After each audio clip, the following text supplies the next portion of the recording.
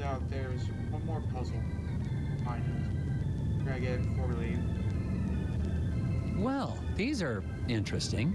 Yeah, those are Scoggins gnomes. All the tourists love them. But I think one has gone missing. I swear I had 6 of them. I took a picture when I set it up, but I guess I lost it. I still have the film negative, though.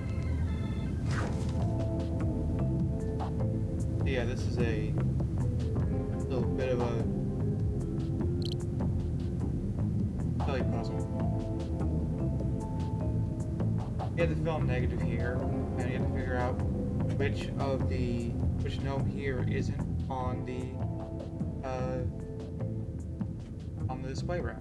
So again, it's probably you solve yourself. I'm gonna give you guys 5 seconds. Now.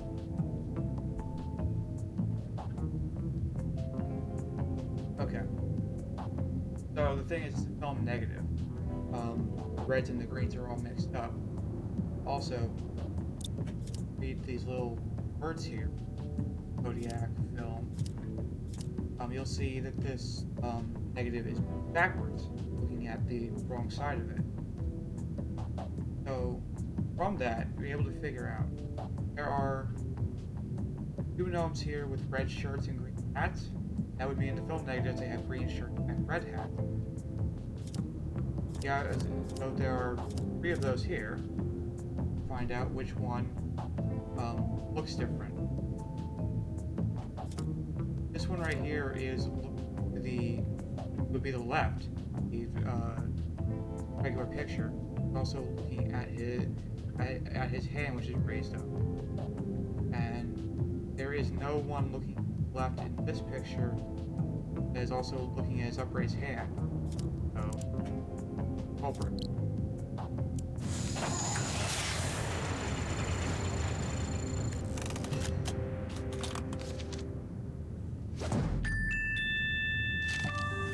I'm not sure what we accomplished. I'm certainly not going to be tracking down any missing collection.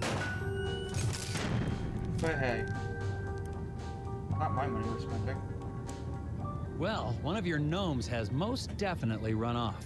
Oh my, wouldn't that be something? Alright, we're leaving now. Later, Ma.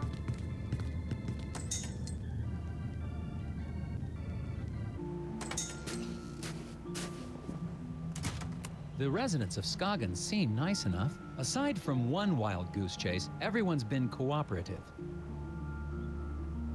Plus, it looks like I'm primed for all the hot dish I can eat. It remains to be seen if that's a good thing. I got a map from the hotel owner, so I'm heading over to the eraser factory. Agent Tethers out. Am I supposed to be saying that?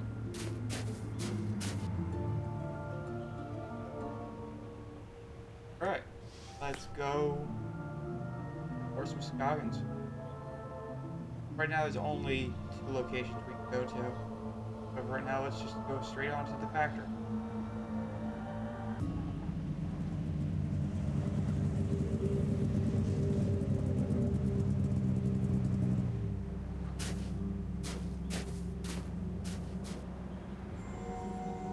Oh sweet, more gum.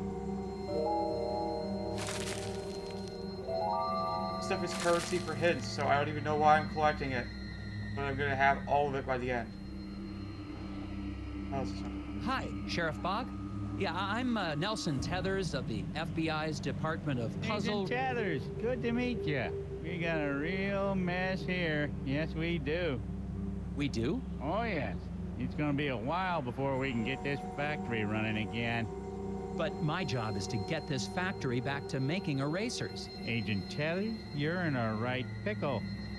Well, I should probably ask you some questions about the incident then. That's what I'd do if I was a big, important FBI boy.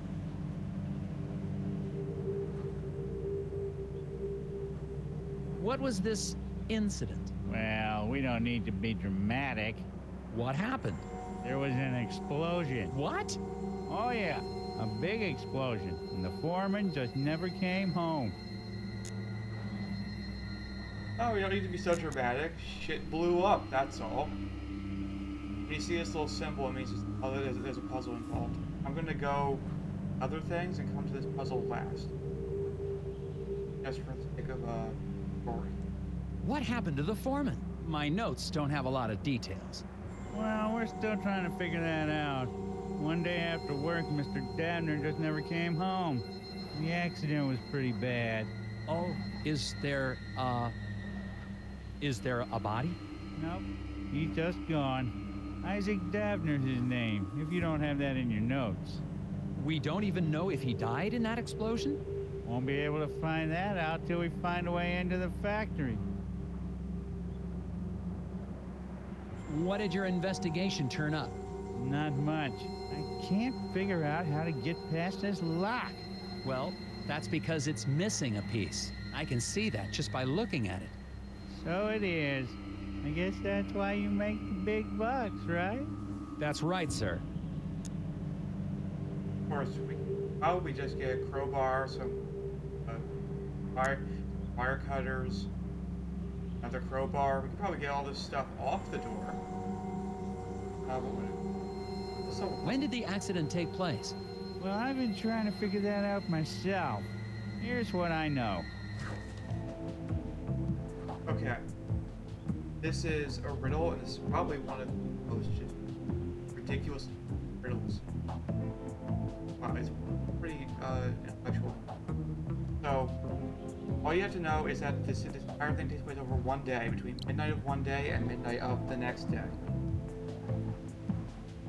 Got 4 statements here. You'll get to figure out what time the explosion occurred. So take your time. I'm gonna pause this thing for 5 seconds and explain the thing now.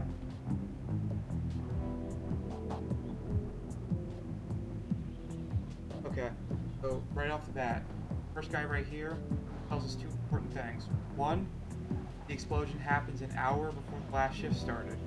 And 2, he's not the last shift. Good, because apparently in order to find out this answer, we have to figure out who worked the last shift, when that starts, and what's 1 hour before. So, this guy started 3rd. So, the guy over here gives us the time. So the first one, they say he worked from 6 and he was relieved. The question is AM or PM? PM, that would be great because it means it ends at 12 and he's the last guy. Unfortunately, relieved, therefore not the last guy. The best guess is that he is someone who worked like the 2nd shift. So who came first? Couldn't have been Pop. Pop started at midnight. He would have gotten off at 3 because his shift's only hours long. First he had to come before him was Al. Al must have gone first. Katie must have gone second. Bertie must have gone 3rd, and Pop must have gone last. So now we know the time. If Pop only works 3 hours, that means when it ends at midnight, it would have started at 9 p.m. And 1 hour before 9 p.m. is of course 8 p.m. So let's get that answer up to Washington, shall we?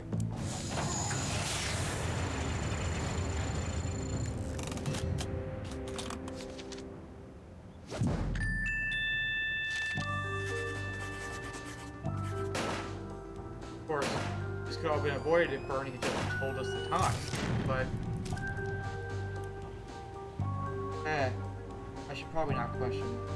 If there was an explosion at that time, wouldn't the icicles on the building have been knocked off? Good point. Maybe they grew back.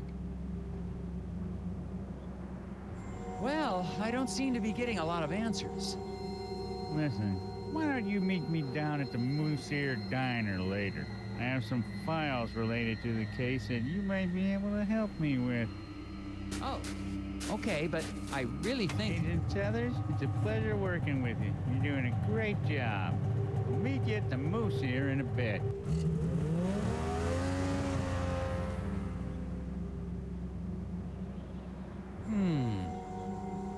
That was some South Park level animation. Bob right there.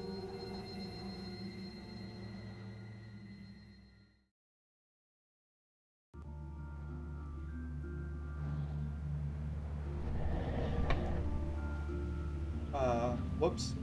Almost forgot. There's a little puzzle over here to the side we can be solving.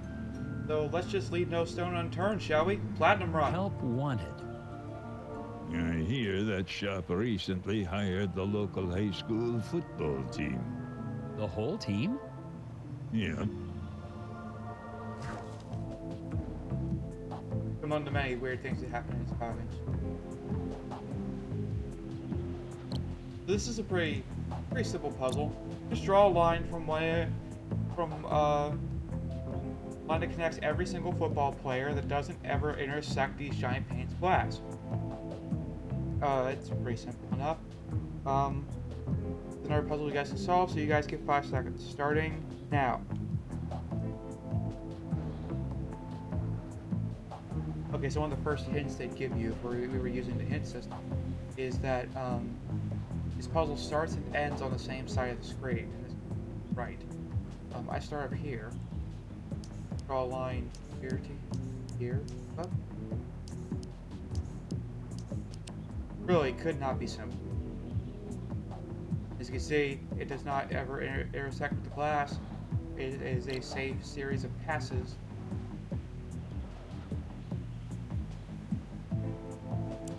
And that's pretty much it. Help to double check your work.